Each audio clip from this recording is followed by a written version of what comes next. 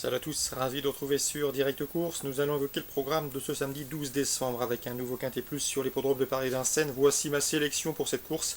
Je pense que le numéro 15, Universal Rider, constitue une base de jeu tout indiquée. C'est un cheval qui est confirmé à Vincennes, qui est doué. Il a prouvé à maintes reprises qu'il fallait compter avec lui en pareille société. Et de surcroît, il évoluera déféré des 4 pieds. Sachez qu'en 5 sorties déférées des 4 pieds, eh bien, il affiche 4 succès et une place deuxième. Michel Anquier a préparé son protégé avec soin en vue de ce rendez-vous. À mon avis, c'est un lauréat en puissance. Le 15, Universal Rider, candidat au succès. On lui posera le numéro 10, Vénus de Bailly. Elle est au mieux. Ses derniers résultats, première, deuxième. Une deuxième place enregistrée dernièrement sur le tracé qui nous intéresse. De nouveau déféré des 4 pieds, elle s'annonce redoutable. Le 9, Volcan du Garabin, je vous l'avais indiqué dans mon pronostic à l'occasion de sa troisième place, obtenue à près de 50 contre 1 dans un récent Quintet Plus. Ici, le cheval fait face à un bel engagement au premier échelon. C'est également un cheval sur lequel on peut compter, il est revenu au mieux. Le 13, Usti au fort, elle est confirmée en pareille société. Notez qu'elle affiche d'ailleurs déjà 4 victoires et 3 places en 12 tentatives dans les quintets, du 7 sur 12.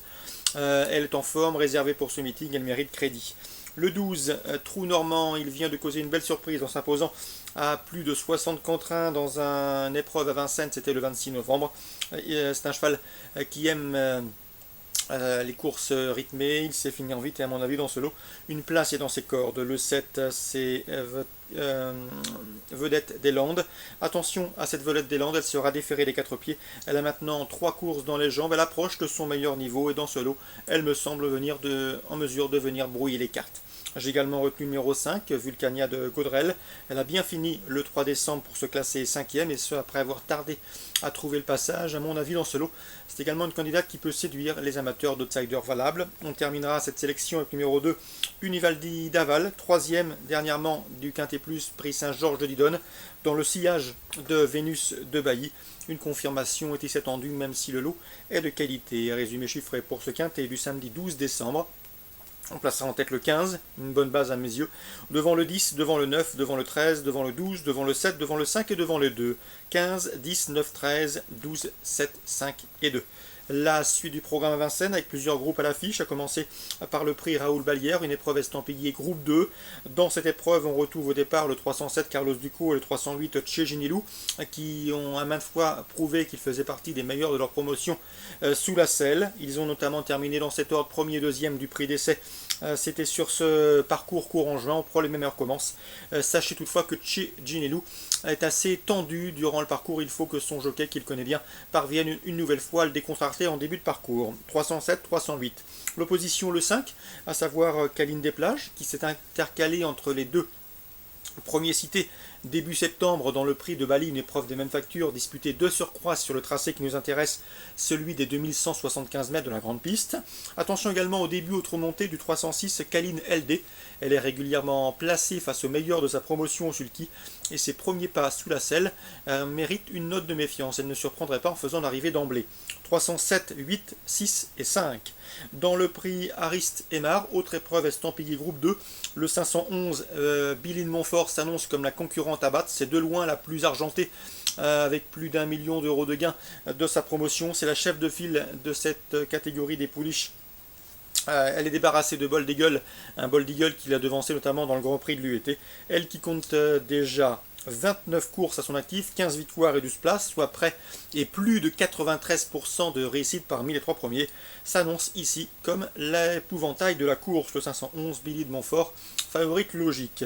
Pour les jumelés, on peut lui associer le 507 Bluegrass et le 504 Bayakeno, respectivement affichés premier et deuxième du prix de Bourigny en début de mois sur ce tracé. Attention également au 505 Bélina Josselin, qu'il ne faut surtout pas condamner sur ses 2 dernières disqualifications. Elle a prouvé qu'elle était capable de faire l'arrivée à ce niveau. 511, 507, 505 et 504, mes préférés. Dans la suivante, le 607 Aubryon du Gers, qui compte 2 succès en autant de sorties depuis le début du meeting.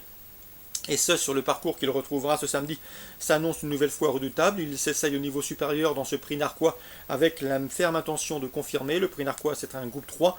Je lui opposerai le 605 Alderman. Alderman, on le connaît, c'est un véritable rouleau compresseur, à condition qu'il s'élance sur la bonne jambe. Lorsqu'il s'installe en tête, il aime animer à bon train les courses auxquelles il participe, et à ce petit jeu-là, il va souvent au bout. Donc s'il part au trot, c'est un séduisant opposant à notre favori au Brion du Gers, 607 et 605. Alderman, un beau match en perspective dans cette compétition. Dans la 9e maintenant, attention au 916 Blason du Bosquet.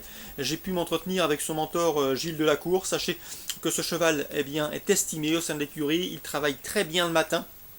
Un cheval qui montre vraiment des bonnes dispositions, une bonne condition. Il est au mieux, il fait face à un bel engagement. Il sera déféré des postérieurs pour la première fois de sa carrière suite au conseil de Bernard Piton, son dernier pilote.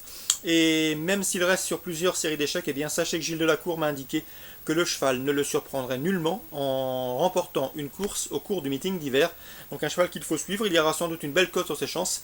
C'est loin d'être un coup sûr, car le cheval est vraiment décevant l'après-midi en course, mais s'il est décidé, eh bien il peut parfaitement faire afficher une belle cote à l'arrivée de ce 9e rendez-vous, le 916.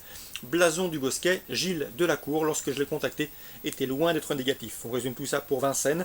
La 3e, 7, 8, 6, 5. La 5e, 11, 7, 5 et 4. Et la 6e, le 7 et le 5. La 9e, 916. Bonjour à tous, bon début de week-end et rendez-vous demain.